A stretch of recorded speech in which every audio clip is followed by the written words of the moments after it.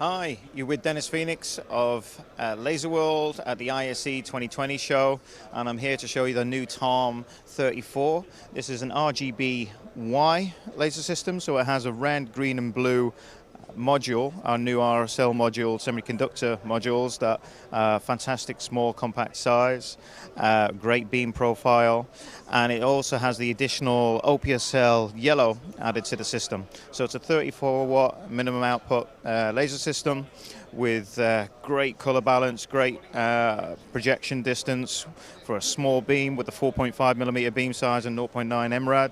It means it gives you great graphics over long distance, great beam effects through the air for outdoor applications as well as big arenas, and really for the size and the power and the quality is a small compact housing.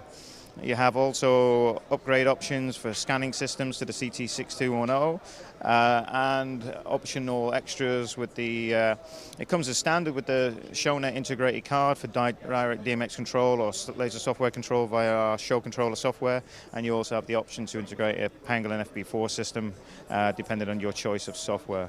So go to laserworld.com please to see the full specifications, videos, pictures, etc. Thank you for listening.